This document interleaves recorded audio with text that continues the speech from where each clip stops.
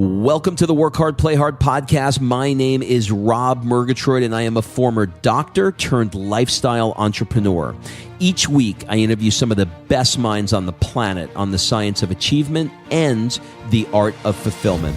Today's episode is a mini-sode that we call Fri-Date with the Wife. In these mini-sodes, my wife Kim and I deconstruct the strategies that we've developed over the last decade to not only grow personally, but to turn our struggles into lessons and create fulfillment in all areas of our lives. Excuses are over. It's time to live. Let's dig into today's topic. Okay, before we jump into this interview, I want to invite you to be considered for my 2019 Traveling Mastermind. So go to workhardplayhardmastermind.com and fill out the application, and we'll jump on a call to see if you're a great fit. This year, we'll be in Boston doing lots of cool things like training with Tom Brady's trainer, Alex Guerrero. In the middle of the year, we'll be heading to Monaco doing things like vintage car rides through the French Riviera. And then we're going to wrap the year in Florence, Italy, doing things like truffle hunting and hot air ballooning over Florence. Look, life is all about fulfillment, and I really try and walk the walk. So if you are looking to be part of our tribe of 28 high-achieving entrepreneurs that are in the 6- and 7-figure range, fill out your application at workhardplayhardmastermind.com to be considered. So think of the mastermind as having two parts. The first is the trip itself, and the second part is what goes on over the 4 days within the mastermind. Our group of 28 entrepreneurs will help you brainstorm and accelerate what you want to achieve in 2019. And we'll do that through a variety of different exercises, brainstorming activities, breakout sessions, goal-setting sessions. You know the drill. So go to workhardplayhardmastermind.com, fill out an application, and we'll jump on a call to see if you're a fit. All right, let's jump into today's episode. Well, Kimberly, Leonardo da Vinci, Murgatroyd, how the hell are you today? Have I turned into an artist? No, but there's a book right behind me for one of the speakers at my mastermind called How to Think Like Da Vinci. So I looked at you and I looked at the picture of Da Vinci. And I thought, you just thought, let's put them together? Well, his paintings are beautiful, like you are. Aww. Huh? Aww. You remember when Sophia used to do that? Aww. Aww. Well, what are we talking about today, honey? So today we are talking about masterminds because you are fresh, hot off the press of the For Love of Money Mastermind with Chris Harder that you went to this weekend. And I wanted to do two things. I wanted to, one, chat a little bit about what a mastermind is, your experience this weekend, and then also we're like 30 days out from Boston from the launch of the Work Hard, Play Hard Mastermind, and I wanted to get a little behind the scenes. Yeah, I can't freaking wait. It's going to be really exciting. The weekend, look, this has been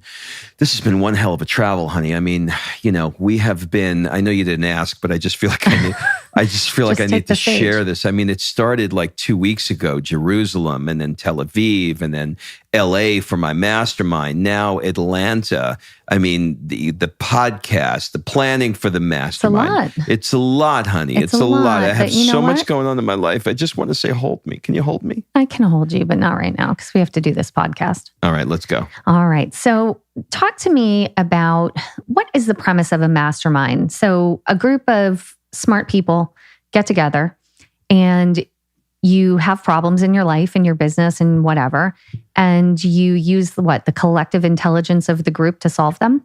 Yeah, I mean, in general, what a mastermind is you're just taking a bunch of people together that are roughly in the same income bracket. So for Chris's mastermind, it's people from, let's call it like $500,000 gross revenues, maybe $300,000 net, somewhere in there, to $3 million gross, maybe $2 million net, somewhere. So you've got people that are making a lot of money on the low end of 6 figures, and then on the low end of 7 figures. So they're kind of all in the same economic bracket, and then you put them together, and people are in all different jobs. Like one of the guys I met this weekend he's got a $10 million business. He's the outlier. You know what he does? What? It's really funny. He said, I help overweight cows lose weight. And I'm like, what? He's a Canadian dairy farmer in Vancouver that just helps people keep these cows lean enough so that really they funny. produce. So he's a wonderful guy. And then you have people that, are coaches, influencers. There's coaches that are spiritual coaches. Like I thought, what's a spiritual coach? But this guy does multiple millions of dollars a year in revenue, and he's really freaking good. So the point is, with a mastermind, you take all different disciplines and you put them together and you help each other to brainstorm new ways to grow your business. And, as much as, I love you and you love me, sometimes it's nice to get, for other people to get some other perspective other than your spouse. You know what I'm saying? Well, no, Lori Harder said this at her book event in Atlanta. She said, if you're growing a business, or let's say you're launching a business, or you're doing, network marketing, or you're launching a podcast, or whatever it is, you are not the first one, most likely, that has taken that path, right? You might have your spin on that path, but you're not the first one that has taken that path. And there are going to be a lot of blocks and walls and things along the way. But when you have the right tribe and the right group of people that surround you, it gives you shortcuts all over the place. So I think the best term I would say for a mastermind is a mastermind gives you shortcuts to success, because you're relying, like you said, on all these other people to help come up with ideas. And, the other thing that I wanted to say about it is, people always say, I want to be around like-minded people, right? I want to be around like-minded people just like me. But if you are only around people just like you, so let's say, we put 10 podcasters together in a room, and those 10 podcasters talk about how to become better podcasters. They're kind of all circling the same concepts. But if you take someone has a $10 million business and employees and all of this other stuff, they're going to give you a different perspective. Yeah, not only are they going to give you a different perspective, but they're going to give you the perspective from the podcast listener. Yeah. And not the podcaster. And they might have also a business application for it. So I think that for those reasons, I think masterminds are amazing. And, I just wanted to lay the good foundation there. So what 3 things, I'm going to limit you to 3 because you're chatty. So what 3 things, like I would do it, Sophia? Number 1, did you take away, now you have done 1 full year of the For Love of Money Mastermind. And when you entered that mastermind, let's just look at the transformation in your life, okay? You called me one day and you said, I want to do this For Love of Money Mastermind. I think I want to do a podcast, right? That's where we started when you decided to do his mastermind. Yeah, the before picture was me as a chiropractor thinking, man, maybe I should do a podcast. I'd really love to not do chiropractic. And the after picture is doing this podcast, which goes in and out of the top 100 on iTunes, creating my own masterminds and a bunch of other things. So it accelerated. It gave me clarity first on what I was after. It gave me accountability in the group, because you don't want to go back to the group and not have accomplished something 3 months later when you meet them. And it gave me speed. Yeah. And actually created a ton of revenue as well. So just 1 year in a mastermind has created such an impact in our life that I just want to set that stage for people listening. What are 3 benefits that have come out of the mastermind for you? Number 1 would be tribe. When you put yourself into a tribe, when you put yourself into a new tribe, it does 2 things. 1 is it creates a lot of energy because people are excited to be a part of a new group and you don't want to let the group down. And number 2 is when the tribe is, let's say, I'll use an example of economics. When they're economically doing better than you, it gives you belief that you can too. All right. And what I love about the tribe is I have met so many people from your tribe that have become such good friends of mine. And so as an ancillary bonus, it's like a bonus tribe for me. But a little side tribe. A little side tribe, but I love it. Okay. Number 2. Number 2 is accountability. When you are accountable to a group that you respect, you want to deliver. And there's nothing worse than feeling like, you go from one mastermind to the next and people are, asking you about how you're doing with the thing that you said you're going to do and you didn't do it. You feel like a jerk. Well, I saw on IG stories, like a little voyeur looking into your mastermind, that everybody at the end had to stand up and put something on the line. Oh my God. But I didn't see yours. Thank God I went first, which is, I think, the reason why. He decided. What did you put on the line? I want to know. I mean, I saw like Ferraris being put on the line. I saw vacations. Well, I'll tell you what it was. I was the first one to do it. And so he said, okay, so what is it that you're going to accomplish?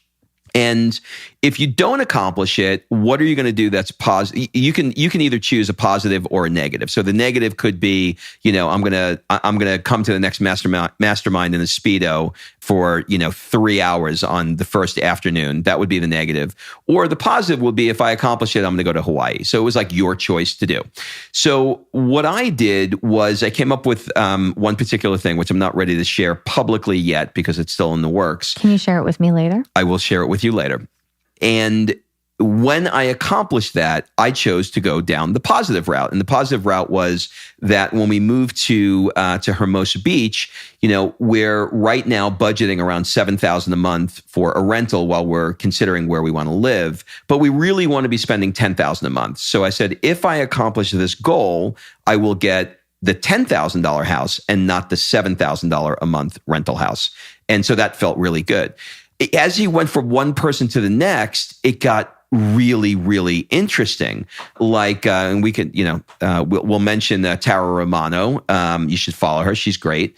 She's like my favorite person to follow on social media. She's just so positive. She's great. She was the first one and she can dance like no one I've ever seen. Amazing. She was the first one to tip it in the other direction. She said, if I don't accomplish this, I've been trying for 2 or 3 years. If I don't accomplish this by May, the next mastermind, I am going to cut my hair short, and not get a spray tan for 1 year. Oh my God. And she spray tans weekly. Okay. So she tried to think of the 2 most painful things she can do. That's really funny. The guy next to me, Brooke, Natalie Jill's wife, husband. Natalie Jill's husband, sorry. Oh my God. Natalie Jill's husband said, I'm going to wear a red Speedo on Saturday. And then one of the other girls said, but this is hurting me. So, okay. So the accountability is number 2. Okay. Yeah. What's number 3? Number 3 is speed, because when you have all of these things in place, tribe and accountability, what you're really trying to buy is speed. So, Steve Weatherford spoke the other night, the NFL punter. He's won a couple of Super Bowls and he was one of the guest speakers. And he said something which was really interesting. He said, let's be honest here, you're just buying a bunch of friends for this mastermind. And everybody kind of like half joked. But in many ways, what you're buying in a mastermind, yes, it's friends, and that sounds like, why am I buying my friends? But instead of like trying to go out and find people that are going to lift you up and support you, you could just buy them. I know it sounds weird, but you really could. And if you have somebody who's really good at curating a mastermind group, then the people that you're quote unquote buying are amazing people that you love, because the person who curated it knows that you're going to get along with each other. And they're going to create the shortcuts that create that speed, right? That's right. All right. Well, let's talk about your Boston Mastermind, because you and I, after this podcast, are going to lock down the final details and zhuzh it, as we like to say. So anything you want to give away? I mean, coming off the winning Super Bowl, I think that's pretty awesome. Yeah, I think what's important to say is my mastermind is going to be radically different from every other mastermind. The other masterminds are mostly centered around business. And I've come to a point in my life where I realize that, my life is half over now, and it's not all about business. As much as inspired as I am to goal set, and as inspired as I am to, make $1 million and all of those things, none of that is going to change. That's hardwired in me. But the other areas of my life, relationships and art and wine and just all of the things that are unrelated to business are things that are important to me now. So I'm looking to have experiences with a higher level group. So we're going to have all of the benefits of having the accountability and having the higher tribe and helping each other to grow businesses and creating a new group of people. But we're going to do it in a way that is inspiring. So to give you an example, you asked about Boston. I'll give you some quick highlights of what it looks like because it's fresh in my head right now. We're going to arrive to 15 Beacon Hotel, which is probably one of the best hotels I've stayed in the United States for sure. It's my favorite. Yeah, they've got a wine cellar room that was built in the late 1700s. It was one of 3 mansions on Beacon Street at that time. And the wine cellar was built on the foundation of that. It's got like double vaulted ceilings, and we're all going to get together in this magical environment, and we're going to get to know each other, and we're going to talk about our strengths, our weaknesses, where we can help each other, and what we hope to get out of the weekend. Then we're going to wake up the next morning and head off to a museum where we're going to go look at art, and we're going to walk around and talk about. And you have some really special things that you're going to be doing based on the How to Think Like Da Vinci book. Yeah, and we're gonna kind of pair off, and we're gonna go look Don't give it all away. I'm not gonna give it all, but we're gonna look at the art and see how it impacts us without knowing if it's a Picasso or a Rembrandt or having any analytical thinking from college or the way we've been trained. And then we have some tweaks to make it super fun too. Yeah. And then we'll probably meet with like an art historian from Harvard and talk a little bit more about it. And we'll have some fun contests, et cetera. Take a break. You know what I love about this is when we travel, like once you start to get into these different tribes, you really need to elevate yourself in these different areas because yes, we can all get down and talk about business, but when we go to Europe and we have conversations with our European friends and they're referencing artists and historians and authors, it's so different. And I always feel a little bit stupid in the arts whenever we do that. And so I think that, while you can be an amazing business person, you may be lacking in all those areas. And that's what you're helping everybody up level. So I think that's amazing. Yeah, for sure. I mean, you're right. I remember being in France and, it was Bastille Day and people were talking about Bastille Day and they can give you like a Wikipedia answer of what it is. I barely know Christopher Columbus. You know what I mean? Rob was like rosé all day? Yeah, rosé all day. I have no idea. And then we're going... And then after that, we'll take a break. And then that night, we're going to go out to the North End and I have a speaker coming in where we're going to do wine tasting, learn about wine, chocolate tasting, poetry contest. I got somebody from the Metropolitan Opera House in Manhattan that's going to be singing opera while we're having dinner. Next morning, we're going to wake up, head over to TB12 and get trained by Tom Brady's trainer on pliability. So now we're switching from the arts to fitness, and we're going to be talking about how he trained Tom with his pliability method. And then we're going to go out to lunch with him, do a private Q&A, eating the food that he recommends. We're going to have some guest speakers during that. And if you guys don't know, like you should, what's it called? Tom Against Time? Yeah, it's only on Facebook. So Google Tom Against Time on Facebook, and you'll be able to see Alex Guerrera, who is Tom Brady's Facebook, trainer. Not like Netflix or anything? Only Facebook. That's so weird. Yeah, they just wanted to do it that way. But that's amazing. It'll give you a really good idea. That's who we're going to be with, and it's going to be great. And then, of course, we have a closing party. And then we'll have a closing party. So this is what the domestic one is. And then a few months later, we're going to be in the south of France, in Monaco, and we'll be doing like vintage car rides through the French Riviera. A few months after that, we'll be in Italy, and we'll be truffle hunting and go back and cook the truffles that we found. We'll hot air balloon over Florence. So these are all around experiences because look, once you have an experience where you see a work of art, or you're hot air ballooning over Florence, or you're riding through the village of Ez in the south of France in a vintage car, you're going to have access to a higher level of thinking, to new thought. And when you surround yourself with people that are yearning for that and want to be a part of that, that's where the magic happens. That's where the idea happens. It's not when you're sitting at your desk in front of your computer. You just don't have access to those things. So I'm gonna simulate the environment of inspiration by doing it in this way. So that's what the Mastermind is. I am so excited. And you are so in your zone of genius. And I know that this is going to be absolutely incredible. So if anybody is interested in joining you, how would they connect with you? Yeah, just go to workhardplayhardmastermind.com and fill out an application. Look at all the requirements because this is not for everybody. You have to meet a certain income requirement. You have to want to have more fulfillment in your life. Not only looking for just a business mastermind, you got to fit it. So look at the website. Just head on over to workhardplayhardmastermind.com. Read the webpage, fill out the application. If it seems like it's a fit, we'll jump on a call and see if you are a good fit for our current group. Well, that's it. Have a great day, everybody, and we'll talk to you next week. All right. Thanks for listening. If you love this episode and you know someone that needs some help in either stepping up their work hard game or their play hard game, it would mean the world to me if you shared this podcast with them to help me get this movement out there. So if you like what you heard, head on over to iTunes, take 30 seconds and leave me a 5-star review, and I will be forever grateful. So until the next episode, excuses are over. It's time to live.